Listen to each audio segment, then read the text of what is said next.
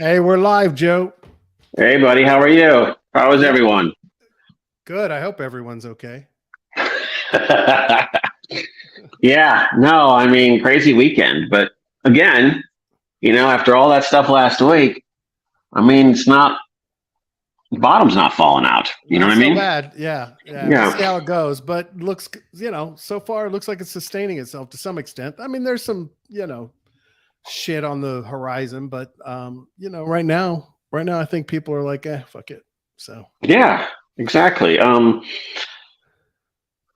what'd you do all weekend? Since we're uh talking to ourselves right now.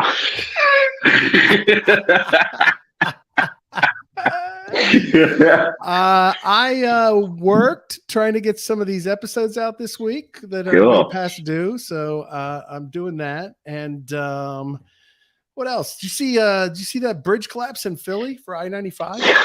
Yeah, that was crazy, man. I was That's thinking of gonna be a Shizzy. hot fucking mess. Yeah, I mean, I guess it kind of caught on fire under the overpass and then just melted everything. Yeah, So and my son said that they're not sure about they're concerned that the other side, the southbound side, might have problems. So or whatever side didn't go down because of all the heat, yeah, that it may not be safe. So well, Shizzy it said, remind. dude, that bridge sucked. Well, evidently it wasn't great. Well, that's the problem, man. We keep throwing trillions of dollars around, and we got like a 5 trillion in infrastructure to build in this country. Yeah, So it's like, we didn't we got a just do lot. an infrastructure bill? Didn't we just do one like a year or Yeah, two ago? well, that's where all the money's supposed to be going to these bridges and shit. I mean, it's not going to happen overnight. God knows how long the fucking contract process takes just to get, bridge Yeah, repairs done. So, yeah, they're still finishing stuff from like what the 2010 stimulus act in Miami around the airport. So yeah, you're right. That's a long haul. Sean said down faster than a shitcoin in a bear market. And the shitcoins have been hurting this week. Shizzy said God. bridge was hacked in real life. Yeah, I-95 got rugged. Take the train, bitches. Oh, fucking nuts, dude. I got a ton of shit loaded up. We're not going to Cool. get to it. I don't think we're going to get to it all, but I can do my rapid fire thing. So we'll do all news today, with a couple of little things at the end that are kind of cool.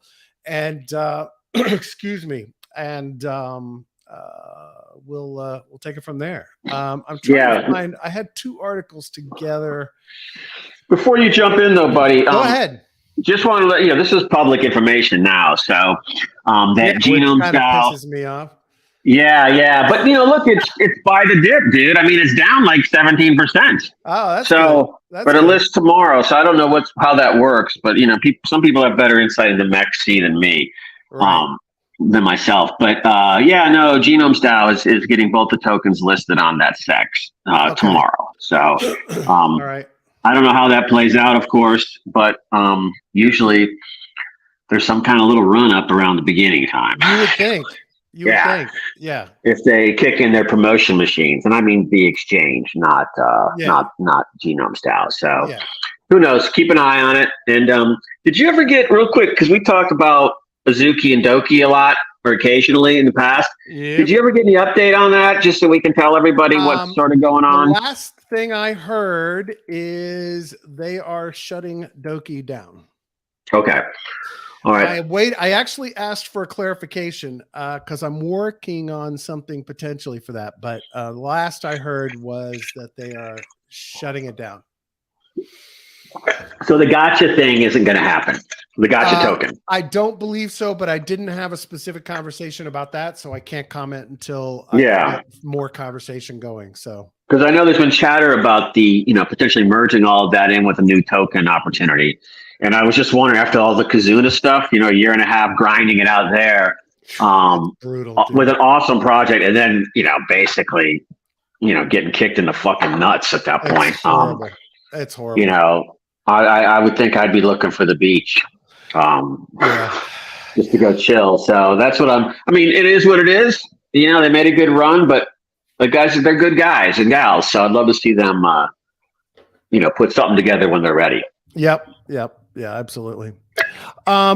last week, end of the week, I think Friday, CFTC won a court victory against Uki DAO, which basically made all of the members of the DAO on the hook for the $643,000 fine. A couple of things are important here. This was a case filed in California because it fit the CFTC's play on corporate structures, partners, limited liability shit, everything else. And it's come out that basically the reason they pursued this case was because the fucking founders, when they handed it over to the DAO, said, we are doing this to avoid regulation, which is a surefire fucking way to get yourself sued by the CFTC. Yeah. So not fucking brilliant, but nobody from the DAO showed up to court. So they won this because nobody showed up. So there was no fight. This doesn't set full-blown precedents. It's just a default judgment. Default judgment. So yeah.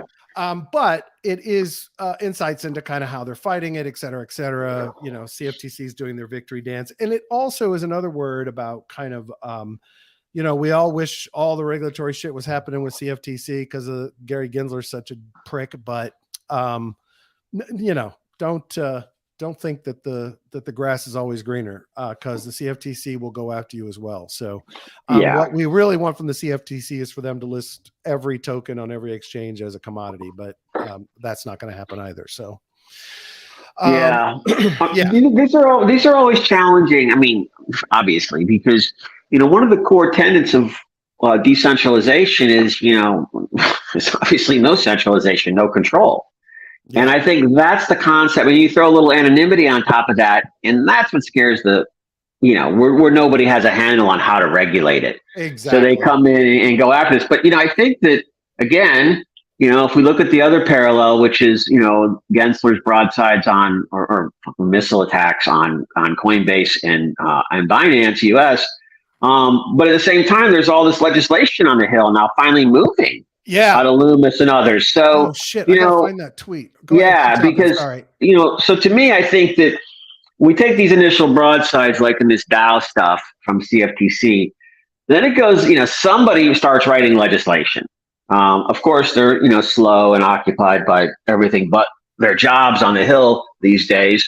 But you know, it gets done. So, you know, to me, I really want to. I'm encouraged in some ways. I mean, you know, look, I feel like we're all suffering from, you know, 10x PTSD from the last couple of crypto winners, but it does seem like there's some clarity coming. And maybe it's not what some people want, which is, you know, the non-sovereign money and the anonymous and decentralized and let it rip, you know, or let it run on its own. It's not going to be that, I don't think, not yet. Right. But it will be something. Because I think finally we're starting to see people go, wait, we don't want to just have this all roll overseas. You know, we want a big piece of this. Yeah. And if it's going to be something that's going to be a vital part of the economy, you know, you got to think the U.S. is going to fight to get it integrated into the dollar economy to maintain that. So, you know, depending on your perspectives, you know, there's progress coming. Yeah. It's just frustrating as shit. And I don't like these broadsides that like make people terrified they're going to jail for being a member of a DAO.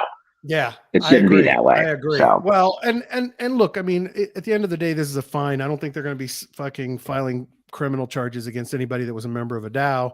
It was actually interesting to understand the law that was cited in the case. There was a case where evidently some hunting club. This was the historical law that was precedent law that's being used to allow this. But anyway, there was some hunting club that was shooting animals illegally. Some members of the hunting club were shooting animals illegally, and somebody tried to go after all the members of the hunting club, and the other members were not held liable for the actions of a few. So they're trying to. So the bottom line is yes, the judge actually did rule that abstentions as well as actual voting still put you in peril because of the actions of the DAO being a whole group, and you holding a token makes you liable. So the judge did say that, but there was no counter arguments to this case. There were no attorneys arguing on behalf of the DAO saying, oh, no fucking way. So, you know, just be aware that this is not, it's one-sided. Exactly. So, Schniblet says, are NFT/ordinals considered commodities? Opinions are okay if there's nothing solid yet. No friggin' clue. I would assume that the CFTC would probably try to qualify them as such, and that the SEC would not. But who knows? I mean, the parallel to baseball cards, all that good shit. Yeah. Sean but said, the CFTC doesn't regulate collectibles at all, do they? They're not like I have like zero clue. commodities. Okay, yeah. I don't think they do, but yeah. Okay, good points. Sean said, is the legislation actually positive for the space? Well, I think the idea that there's actually something happening is positive. Whether or not it'll end up being actually positive is a different story. Actually, let me quickly, let me hit this one first. So this was a really interesting op-ed. I'm going to put it in the show notes. You can read it. This is by David Z. Morris over at CoinDesk, and probably like one of the only decent things I've seen written out of CoinDesk that's not a shill posted sponsored post. Really good opinion piece on the fact that Gary Gensler, because of the laws that are actually being debated and negotiated in Congress, he may be violating by continuing to regulate via enforcement. He may actually be violating a 1945 law called the 1946 law called the Administrative Procedures Act. And the entire idea behind the law was to prevent regulators and administrators in the bureaucracy of the government from circumventing or trying to get ahead of laws that were coming out of Congress. And so his point in this article is that there are multiple pieces of crypto legislation, both partisan and bipartisan, that are being worked on actively by members of Congress, and that Gensler continuing to enforce regulatory enforcement based on things that are actually being addressed in those laws makes him in violation of that law, which I found really interesting. So I encourage everybody to read through that one. I haven't had any other legal opinions come in on this that I've seen yet in my crypto legal list, but it is interesting. Yeah. There's a lot of groups that basically, there's a lot of groups, obviously the big finance houses and some private groups and law firms that, track all that legislation. And specifically there are groups, you can trade on that. Okay. In the private sector.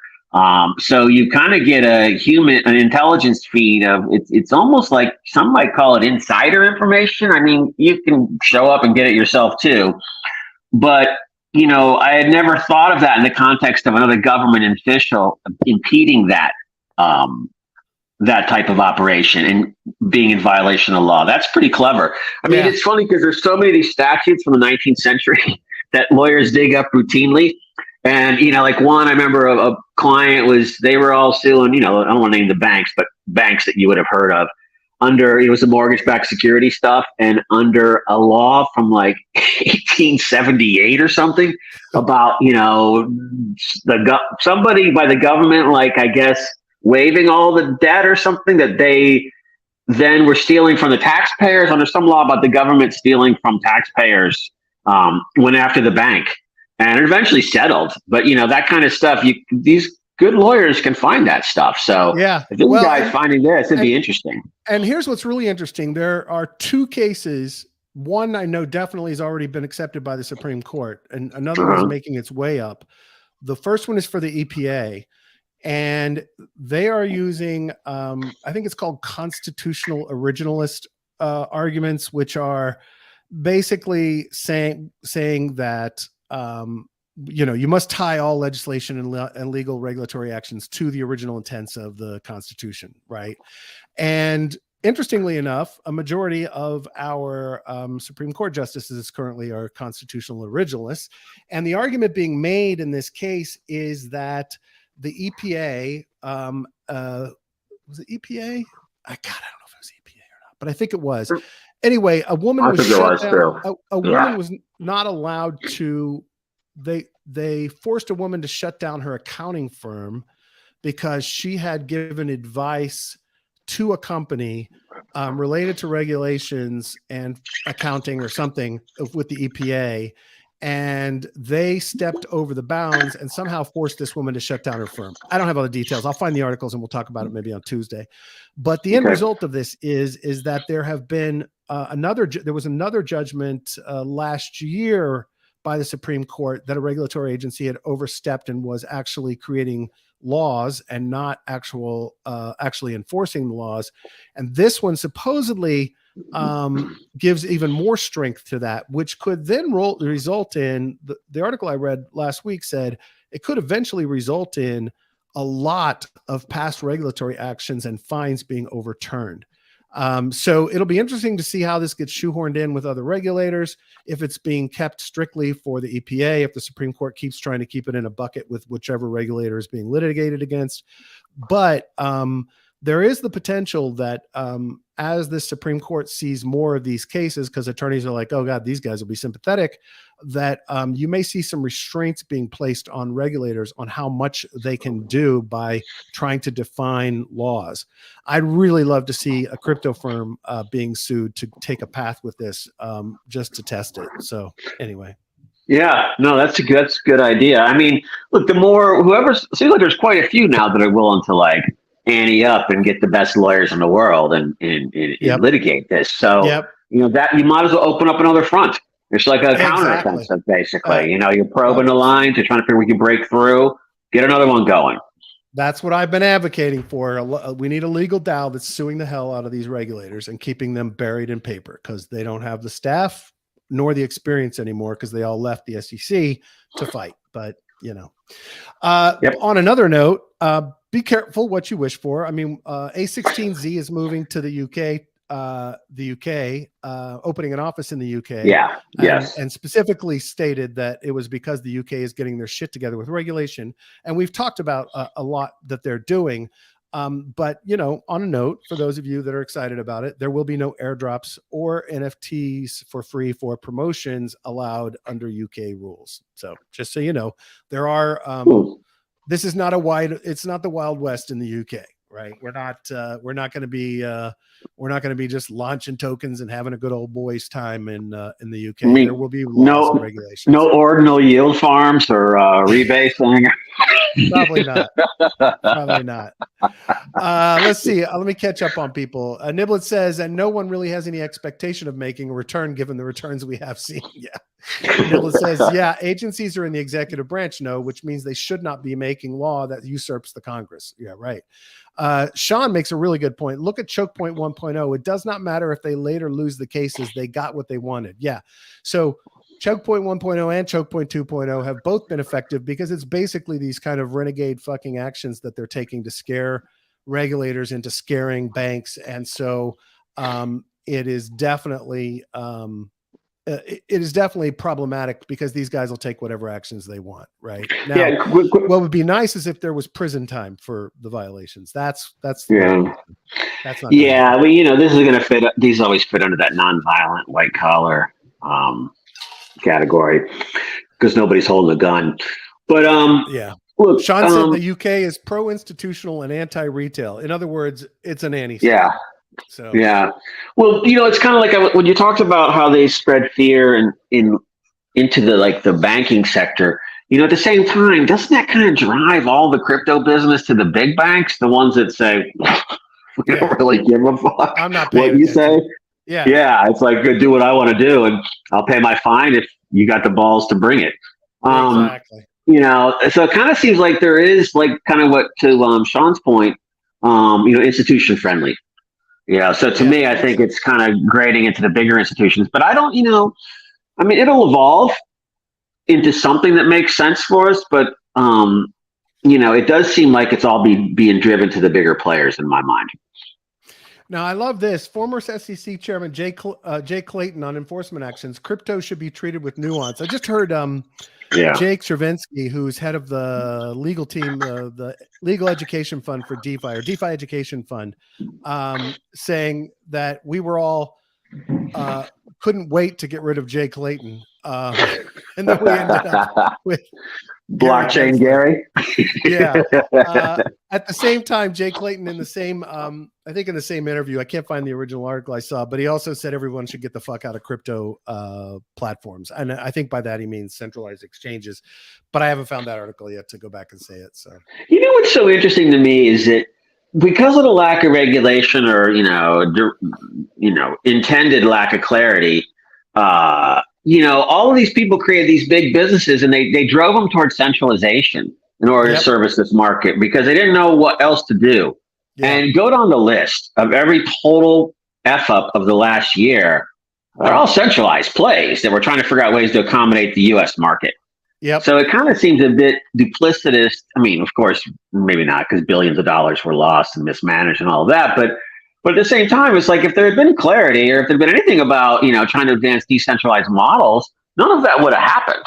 It's like everybody that tried to fit in. Well, I shouldn't say that's a bit direct, but a lot of it wouldn't have happened. That did try, But you wonder if they had advanced proper regulation earlier, how it would have, because we don't really talk a lot about like Uniswap and SushiSwap and all those guys, and PancakeSwap. And what are their plans for those? The DEXs. Exactly. I mean, well, the current strategy by the SEC is to engulf all of them by changing the definition of exchange. And that's been something that's being fought on another front.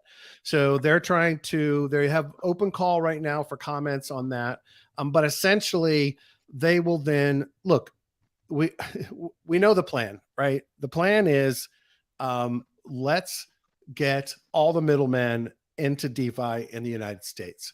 And it's exactly what they're trying to do. It's exactly what they charged Coinbase with, which is being a clearinghouse, a dealer broker, and an exchange, and saying that's not allowed under the current rules. They're going to try to do the same thing with DeFi. They're basically going to say, if we can identify you, you're going to be in violation because we're extending the definition of exchange to encompass all of you and anything that allows swaps of any kind. And again, it's a regulator setting law. It is not the Congress setting law. So hopefully we have something to grab hold of there. But, at the end of the day, that's the goal. I did a tweet over the weekend where I said, look, the SEC knows that crypto provides transparency. They know it would make their jobs easier. They know it would be harder for people to commit crimes. They know all of these things. They know that overall blockchain and crypto would make the financial system better and more transparent and safer for users. And that's all you need to know, because they are not embracing it. They don't care about it, and they're fighting against it on every front. And the reason is their incentives are not aligned to that. Their incentives are not aligned to protect users. Their incentives are aligned to score big wins, score big fines, put people in jail.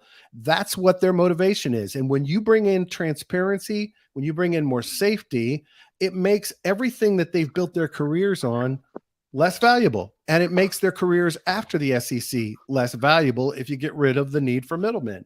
So sure, they're going to fight it because none of the people on that team have the incentives in the right place. That it's not their incentives. It's not how they've modeled or operated their entire careers. So why would they embrace it now? And that's I think that's really what we're fighting. Well, yeah, I mean, they're an enforcement agency.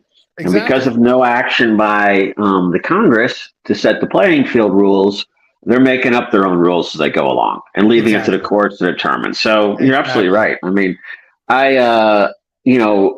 but again, I put a lot of this as dereliction of duty by the Congress, not getting this stuff out. And, and to a lot of your points, dereliction of duty in the crypto community for not communicating the messaging better to Congress as to what to say. And I think we also need to think through what exactly we call everything. I mean, DeFi is a really stupid name because, the only one that's really decentralized or one of the, some people would say is Bitcoin. Okay. Right. But these DeFi to me is like protocols and dApps that do processes. Okay. Yeah. It's not necessarily the pure decentralized component. So it's not the right name. It's almost like it's closer. It's like fintech deployed on blockchain kind of thing or something. There's another word here because it's confusing. If it's, we get it, but can you imagine the people that know nothing about this? When you say crypto, they conflate Pepe and Bitcoin in the same thought. It's like they have no friggin' clue how to differentiate any of it. And, When we say DeFi, that, they don't even know what that is. They also know what Bitcoin is now somewhat, but they lump it all together like everything's the same. So I think we got to kind of like amp up our messaging efforts. Totally. Even at that fundamental level of just what is all this stuff?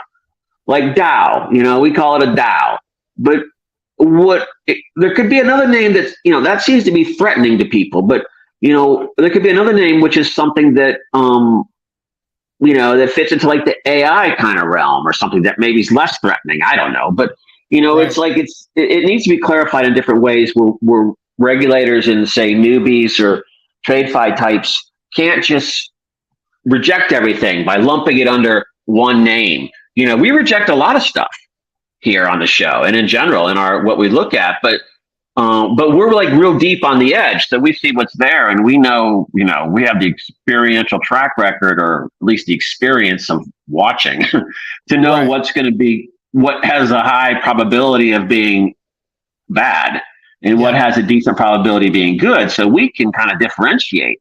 But many others, even at that highly educated level, they can't. And at the base retail level, a lot of them can't either. Yeah. So, we got to figure out a message that works for both, because they're both at a level of, and again, ignorance to me is not a negative word. It just means they don't know something about it. Almost like the baseline retail is almost at the same level of these Harvard lawyers at the SEC. Right. They're just so kind of, again, not a negative word, just a lack of knowledge, ignorant about what it all is and how to define it. So that's why, we got to think that through. I'd love people to come up with some names for this stuff, and we can kind of socialize it. Niblett said, don't linger in the public bathroom, folks. Get in and out of sexes as quickly as possible. Also, don't lick light sockets. Okay. Right. So I got into a little bit this weekend with Ryan Selkis and now the Winklevi twins for their pure ignorance on political strategy, while all of them think they know what the fuck they're doing. And it's just painful to watch.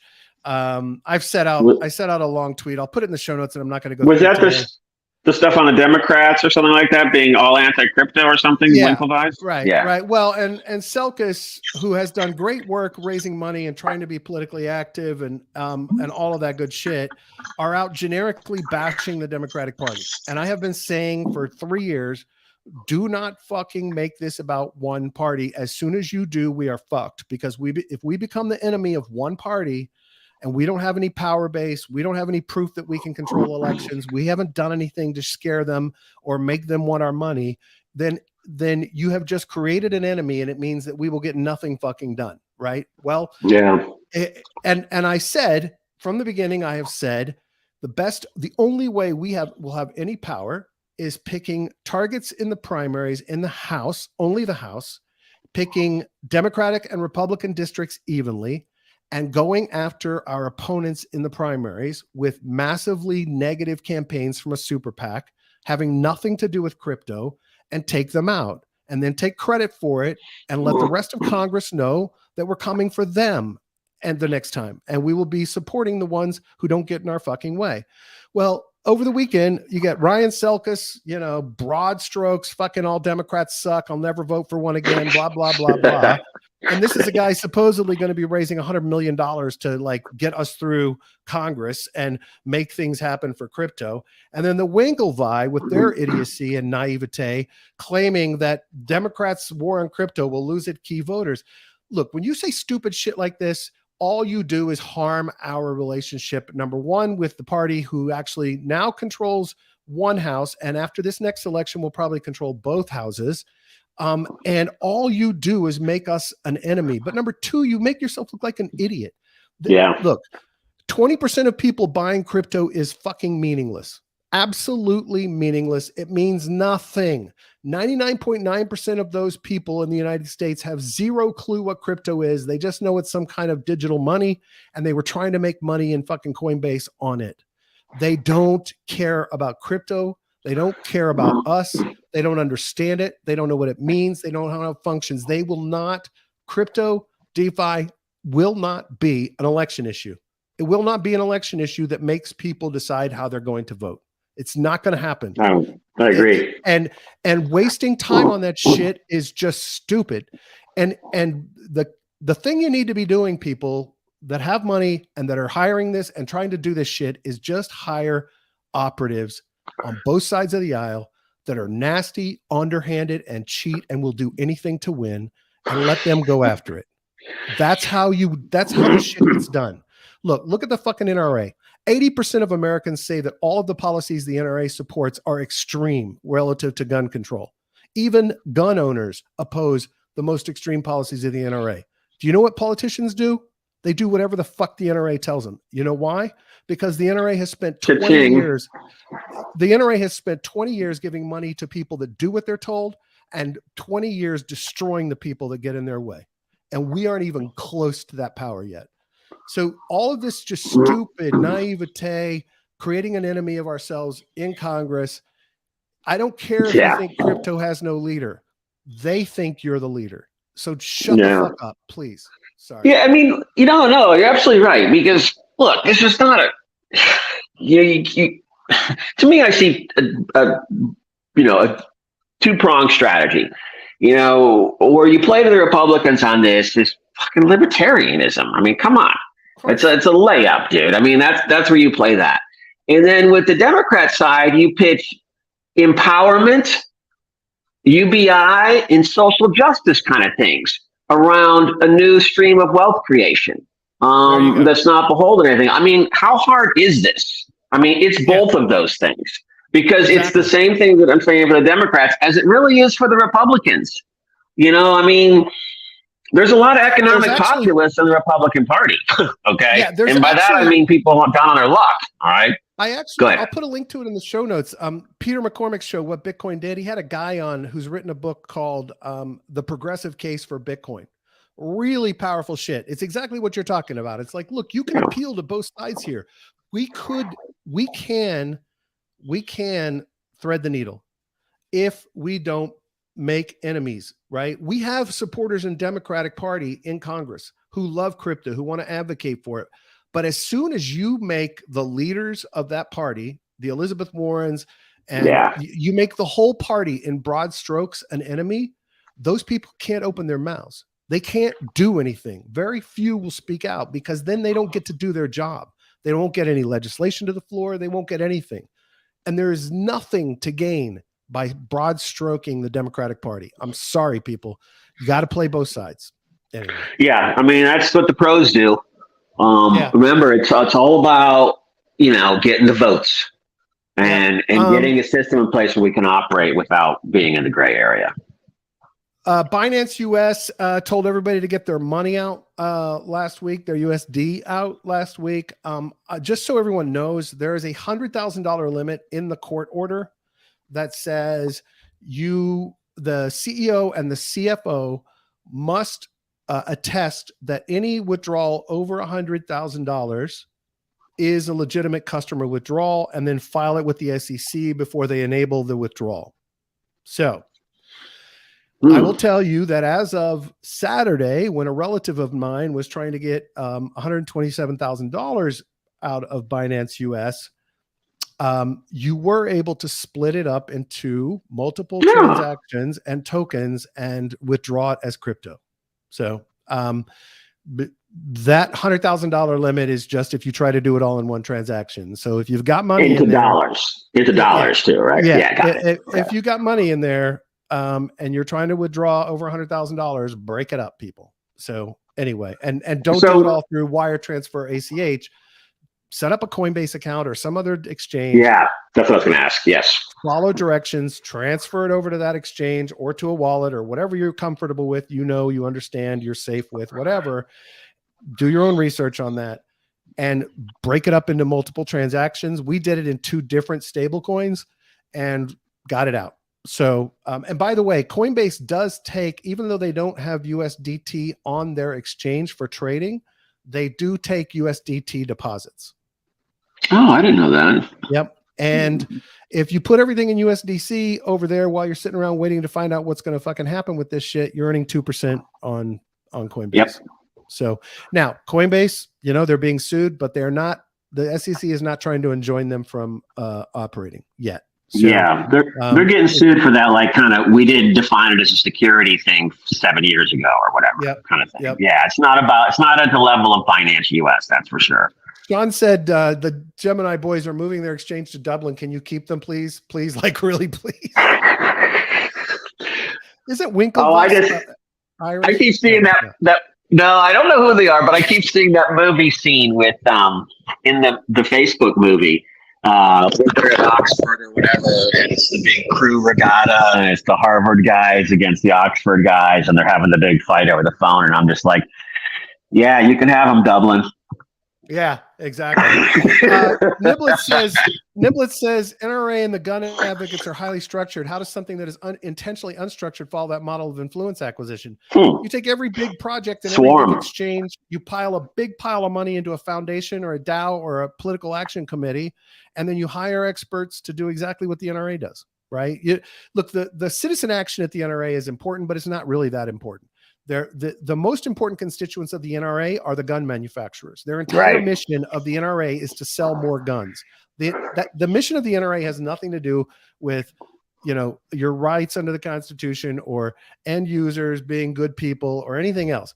The entire mission of the NRA is to sell as many fucking guns as possible for the only members that matter, which are the gun manufacturers. So, they may put a good spin on the fact that they want, citizens to rise up, but it's not true. Yeah, no, you're absolutely right. I mean, that is like, I remember buddies of mine worked at this group in DC back in the day, the Tobacco Institute. And it was in the building where Kissinger and Associates were, right down on like I and maybe 19th and I, right around there. And you open the elevator, the whole place is full of smoke. But the whole mission was like, and they're all old and like us just smoking. It's like, tobacco didn't kill my pappy, and he's allowed to be 98 or something like that, But the point is, the whole mission was to sell tobacco. Yeah. And so the NRA mission is to sell guns. Now, they do have some interesting education programs that, firearm safety and stuff that actually, are valuable. But the mission is not empowering the individual, as like to your point. As you said, it is to advance the interest of the gun manufacturer, sell more guns. That's it. So everything else they're dragged into doing. They're forced to do everything else to kind of maintain that presence or that position of, the mission of that entity is sell more guns. Yeah. I mean, so at the same time, it's like cartels. It's sell more coke. Exactly. So despite the fact that, I think you're getting a negative return there. That's all. Yeah. So. Sean said the problem, Brad, is that we are not in this together, any of us. It doesn't matter if there are people with a profit motive that want to fund this shit, right? So it doesn't matter. And Niblets talks about decentralization being a problem, et cetera, et cetera. At the end of the day, it doesn't matter. If there are people with a profit motive that will fund these efforts in the United States for a super PAC, or individuals who are wealthy, or people who are true believers, as long as you can raise the money, it doesn't matter, because then you're going to have an entity that's controlling the communications, the lobbying, the campaign contributions, et cetera. Right. So, I mean, this is how it works. Well, like there are all kinds of decentralized member organizations that have lobbying groups and industry groups that are fully capable of doing this. And we are as well. So, look, Sean said, we take Hex money into this fund. If I were in charge, we would not take Hex money, but what the fuck? What money? Hex, Pulse. Oh, Richard Hart. Oh, yeah. Gucci onesie. Look, the way you change it is you go, everybody who's writing, Loomis and everybody who's on this crypto legislation project right now on the Hill is, in a decentralized way, to Niblet's point, is it's got to be a swarm kind of flash mob, but not attack, but influence operation. And if 500 people gave whatever the limits are right now, I don't even know, but let's say it's 2,500. There's no limit. Yeah. But if you come in the other way and you're just writing the personal contribution to that congressman, because I've had clients and we used to just do this all day long in DC. You get invited to every single party. You get to go where the congressman is all the time, and you became known as, hey, he's the whatever dude. These guys were advancing biotech stuff. And, but you'd be known as this. And then, after a little bit of time, you hanging out and talking to people, eventually they're like, hey, what do you want us to do? I mean, it's as simple as that. Exactly. But you gotta like put in the time and put in the money and put in the influence and throw in some favors, swap intel with everybody, and you will co-opt these people to get sensible legislation. I mean, it's just nobody is really doing it the right way. Sean says, geez, 2 con men in one headline. Oh, which one is that? CZ and Vitalik. That's like Sean's disagree with your Vitalik characterization, but that's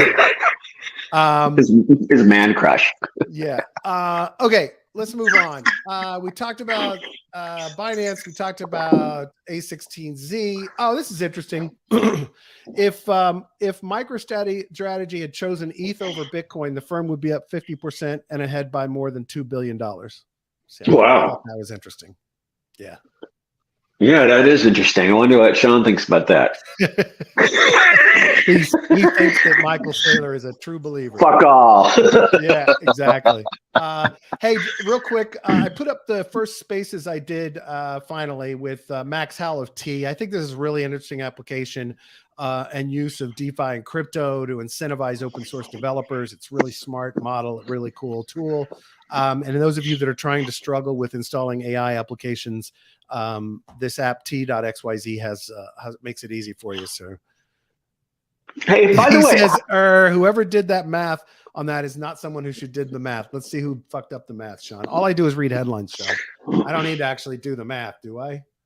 Had 140,000 on its balance sheet. Despite this impressive figure, a data analyst at blockchaincenter.net compiled metrics that reveal the company's investments had decreased in value by 14%.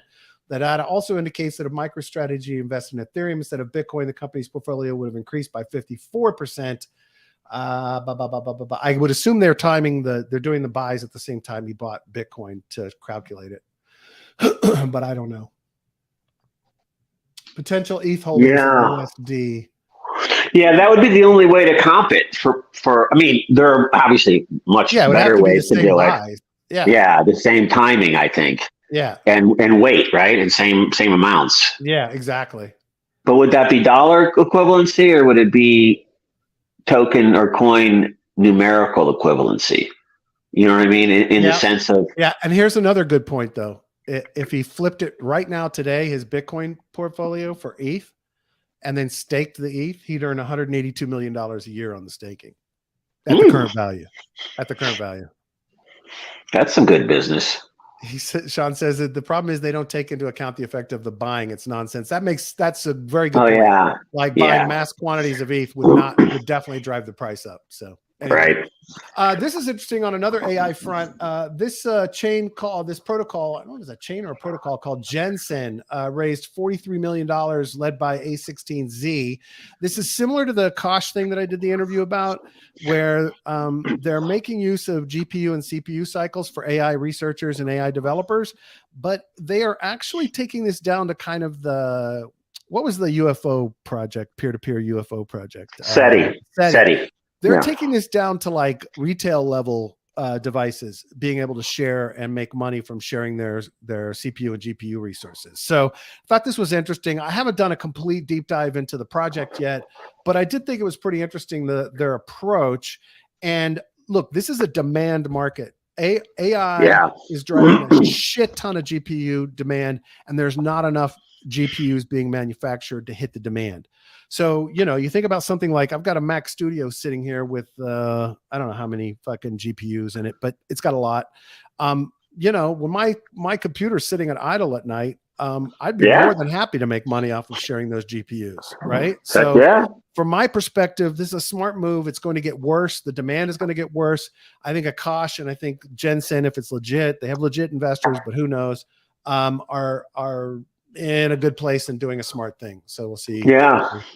No, I remember these projects back in .com days, the same thing, distributed computing, idle processor stuff in between the keystrokes when you're like on the laptops and stuff like that, or it was computers, I guess, at that point. But now taking it down to like the phones, and I guess the smartwatches and everything else, it's kind of cool because when you think about it from a decentralization standpoint, we've talked about that in the past. Like, what if everything is a node, basically? Right. Every device, and we've been extended, you and I, in discussions about the biological proof of identity, and if each person was actually the node. Right. But that is like collective process or aggregated processing power. Yep. So why let it just die and not be used? That potentiality. Exactly. No, it totally makes sense. Yeah, absolutely. Mark Cuban did a little thread over the weekend saying that the SEC is fucked up and that their webpage on the Howey test at the SEC website does not match up with everything they're doing in enforcement right now. He got a lot of attention on this and, tagged Senator Loomis and Bronan Armstrong, basically saying that, they're saying on their webpage one thing about Howey, and they're trying to prosecute on another thing. So it's really interesting, point that he's bringing up. I doubt it's going to do us any good, but it's a nice point to bring up. Maybe somebody brings it up to ding them in court, hit them on their credibility. Sean, I got a project for you to research, dude. This is you won't really like it. I'm just kidding with you. Niblet says, any idea what A16Z's ratio of home runs versus strikeouts is? I don't know, but they've made billions, so I would assume it's pretty good. They got to be probably in that 2 to 3 range out of 10. Is my guess, Niblets. I don't know about what you define as home run, but let's say massive unicorns is probably 1.5, and then like another 2 to 2.5, and like solid returns. Yeah. They're smart. They got money for a reason. Yeah, exactly. Hold on a second. I want to find this website. God damn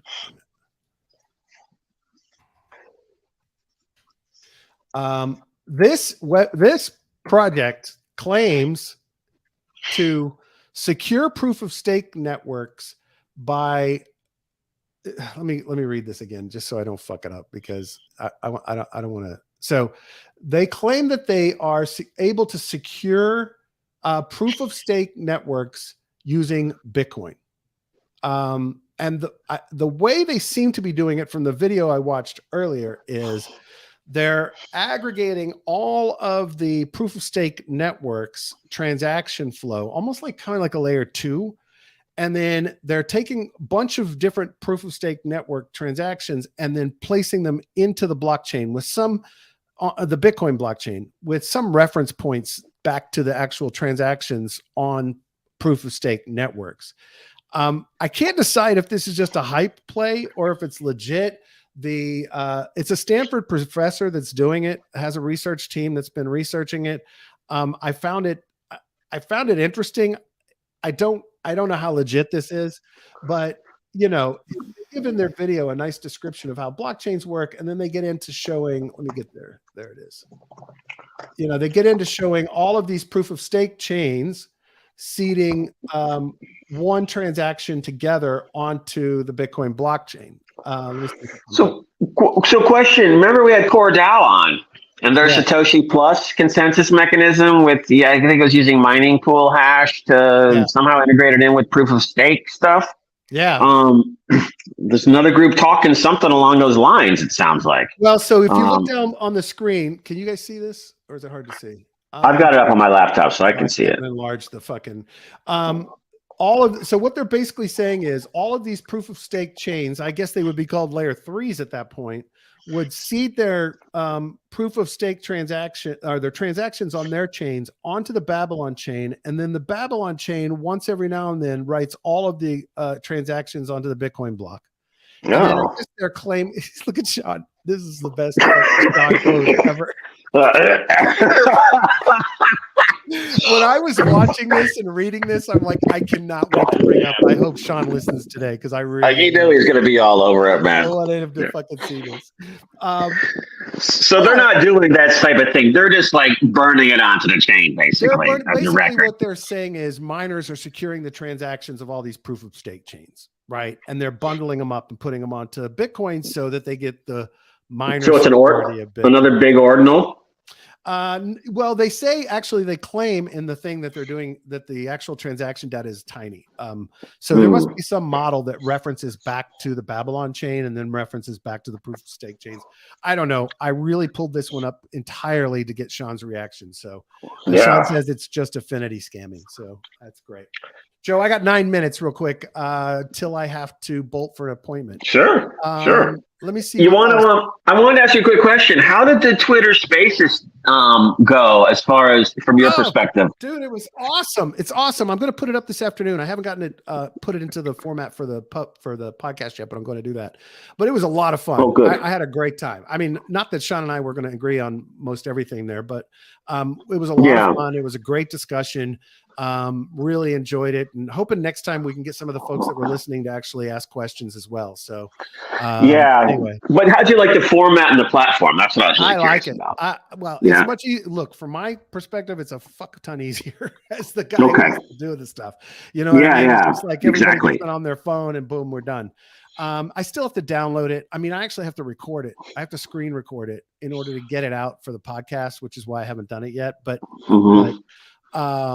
but so it's easier to use. It's easier to use. It's easier. Everybody just more consolidated data about like analytics about distribution and stuff like that. Okay, cool. But go ahead. The problem is that you the microphones, because you can't get on a Spaces except through your phone. And so all of this money I've spent on sound equipment for be able to sound decent is irrelevant until they release it. Now I am working on a method to be able to use the microphone on the phone, but right now you cannot. You sounded good enough. You sounded good. Everybody sounded good to me. Yeah, I know. I just really want much better studio quality. Yeah, because I was on one the other night and there were people on there that sounded like shit. They're like trying to talk into the speaker on their phone, or they have some shitty Android device. Who knows, Joe? Those fucking Android. Yeah, I know. Yeah, I sent you a roll of duct tape for that Mac thing you got going over there in your studio. I know you said you had to fix it or something. That's it. Yeah. Sean said, "Pay my minor fees, Niblets." Niblets said, "Describe each transaction in stats."